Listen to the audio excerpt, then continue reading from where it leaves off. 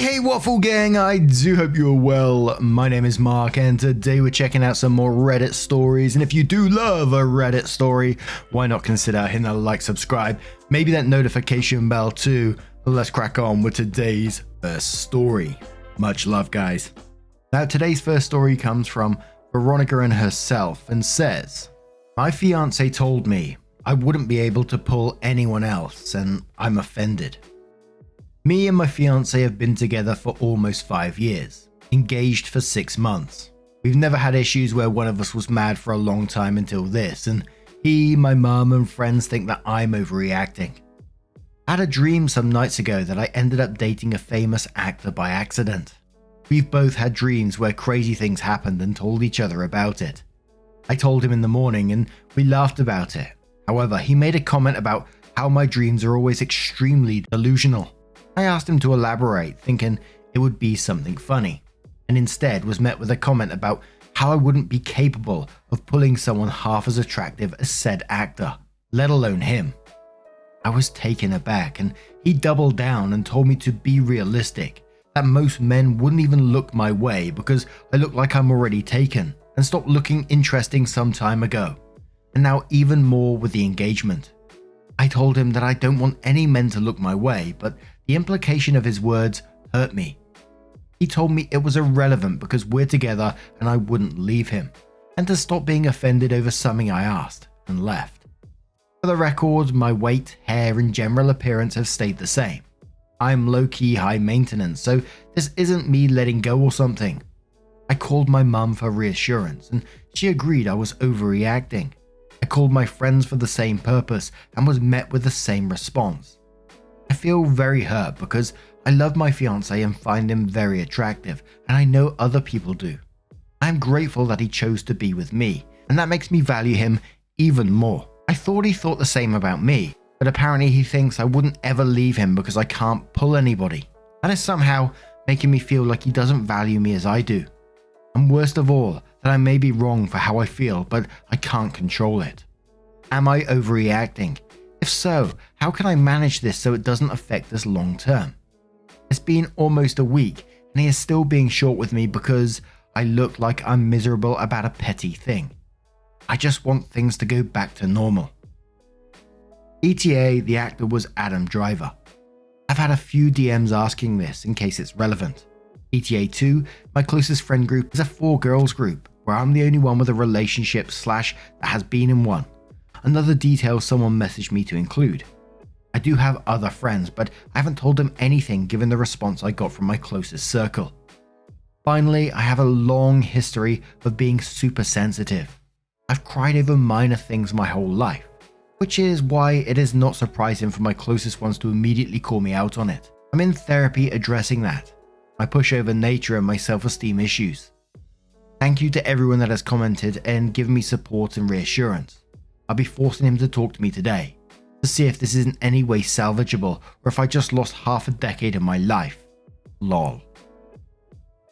How is other people agreeing with this, your mum and friends? What kind of fucking planet are they on? Did you actually tell them what he said? Because that's ridiculous. He said that you stopped looking interesting some time ago, and even more with the engagement.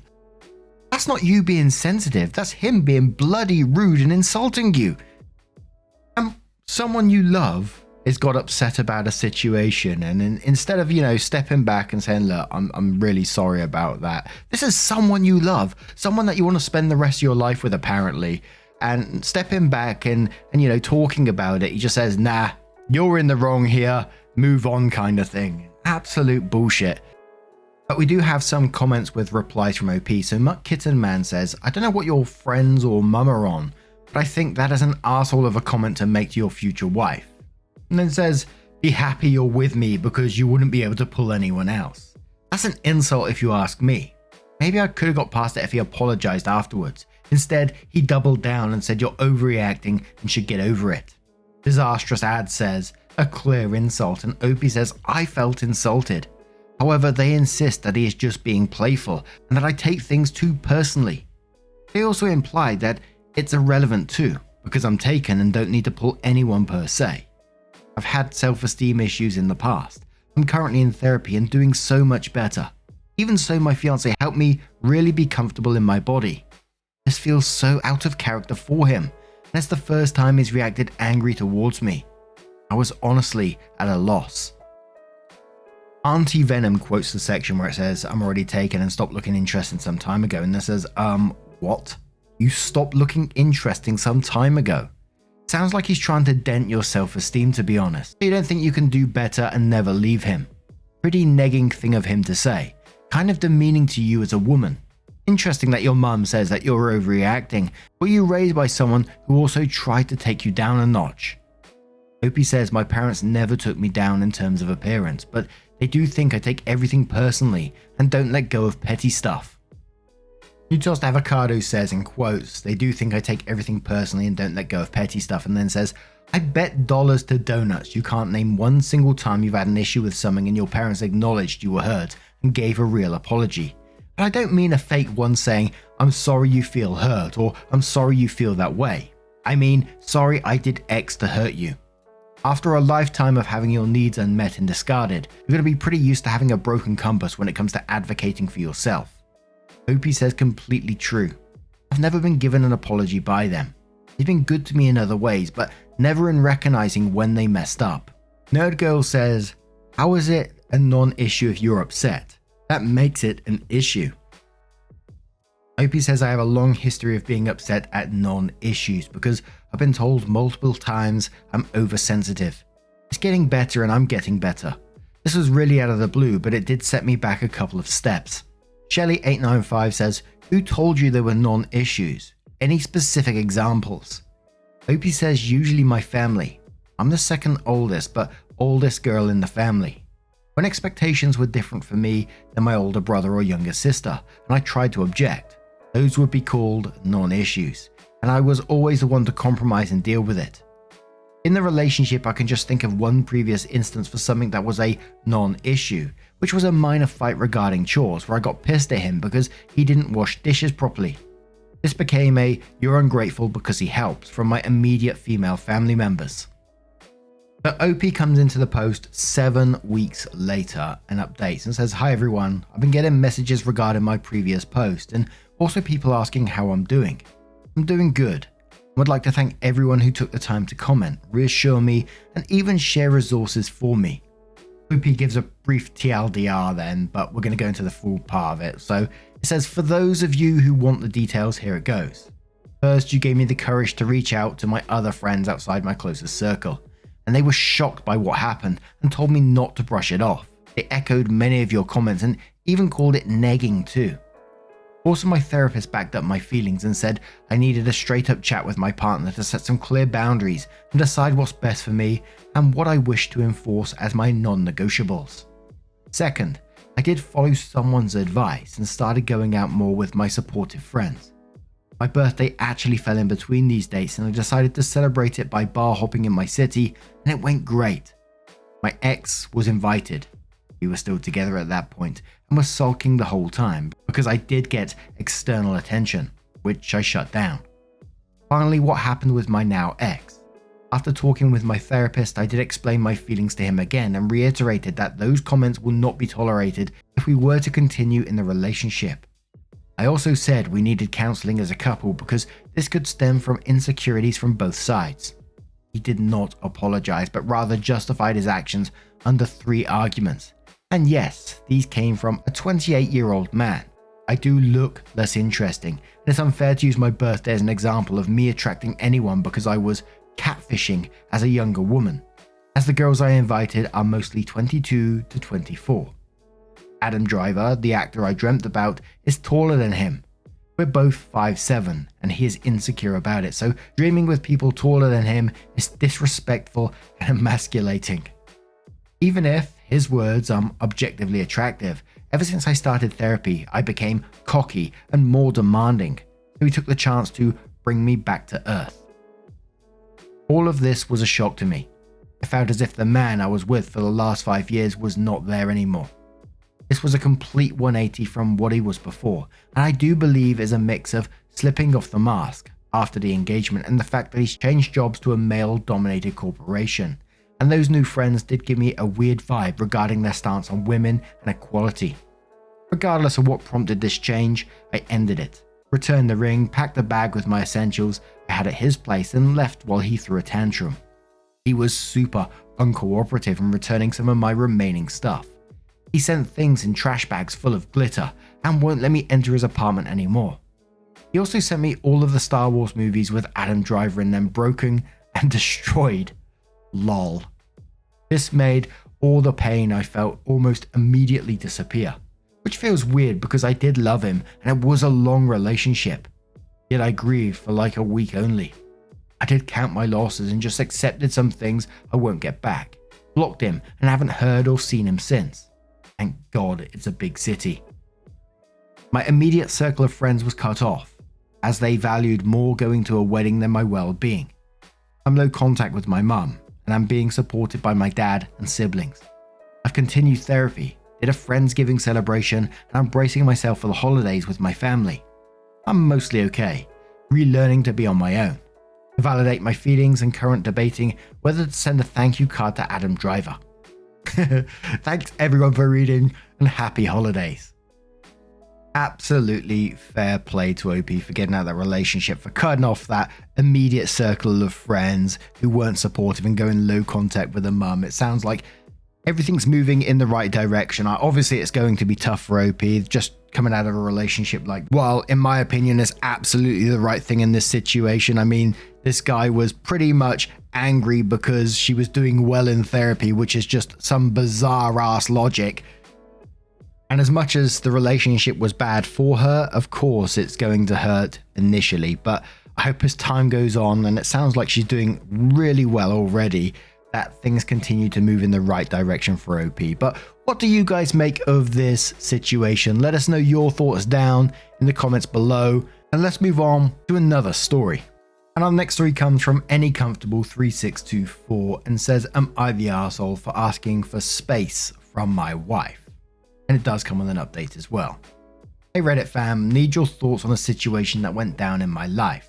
So I've been married to my wife for a few years now, and don't get me wrong, I love her to bits, but lately things have been a bit intense. Now I'm wondering if I'm the arsehole for telling her I need a break. So here's the deal. We've been spending a lot of time together, like all the time. Between work, family events, and just daily life, it feels like we're stuck to each other like glue. And I'm the kind of guy who needs a bit of breathing space, you know? Like I need some time alone to recharge my batteries and do my own thing. Last week, after a particularly stressful day at work, I came home and the first thing she did was ask about my day. Now usually I'd be cool with that, but that day I just needed a moment to decompress. I tried to explain that I needed some time alone to just chill and unwind. Well, let's just say she didn't take it too well. She got all upset and accused me of not wanting to spend time with her and started questioning our entire relationship. I mean, whoa, hold on a sec. I just wanted a breather, not a one-way ticket to the doghouse. So the next day, we had a talk. I laid it out there, told her that I love her but need some space to maintain my sanity. I emphasize this not about her, it's just how I am. And you know what she said? If you need space, maybe we shouldn't be together. Now, I'm sitting here wondering if I'm the arsehole for being honest about needing some me time. I get relationships are about compromise, but is it wrong to ask for a bit of personal space without being branded as a bad guy? I've been mulling it over, and part of me feels guilty. Maybe I should have sugarcoated it or found a gentler way to say it. But then again, should I really feel bad for being honest about my needs? Anyway, Reddit, am I the arsehole? Now, this is one of those stories where it just automatically makes me think there's more to it going on in the background and not just this particular issue. But if we're just going on this whole alone time from loved ones, etc., I don't think there's anything wrong with that. In fact, I think it's quite healthy, but I am an introvert anyway, so that might be just me. And I just see alone time as a very healthy thing anyway. But Next Republic says, not the arsehole, have either of you done research into introverts and extroverts? It's a classic sign of an introvert to need alone time, even from loved ones, in order to decompress and recharge. Without that, they can become exhausted and depressed, but the opposite is true for extroverts. It might help to approach things from that angle, figure out / being respectful of what you and your partner each need. That's part of a healthy relationship after all. Opie says, I'm not a complete introvert, but I certainly prefer some alone time rather than a gathering. It doesn't freak me out or anything, but I certainly prefer it less to be in a crowd. Well, wife is pure extrovert energy. I guess we do need to clear it out. SFC Hayes says, what does your wife do on the daily? Opie says she has work from home. I contribute 75% of the finances and help in repairs around the house. She, however, does contribute to the house EMI and does most of the house chores. I try to help out whenever I can, but she is the lady of the house. Solo YOLO says not the arsehole. After a long day, nobody wants to be interrogated and relive everything. Her intentions were good, but with a few small changes, she can give you the space you need. Opie says, I would like to believe that what she said was only in the heat of the moment. I wonder if I could have responded better to her greeting, but her reaction actually shocked me since she is so sweet and cute all the time. A couple more additional comments. Joey Shink says, not the arsehole. Everyone needs alone time, and to be honest, I can't stand couples who are stuck to each other like glue. To me, it's unhealthy, and everyone is an individual, not half a person. And if I wanted to meet up with my mate and his girlfriend was always there, I'd feel like a third wheel. OP, you need time and friend time without her sometimes. And she should respect it, not trap into being joined to a hip 24/7. To have a healthy relationship, you need your own time, space, friends and life away from the other person.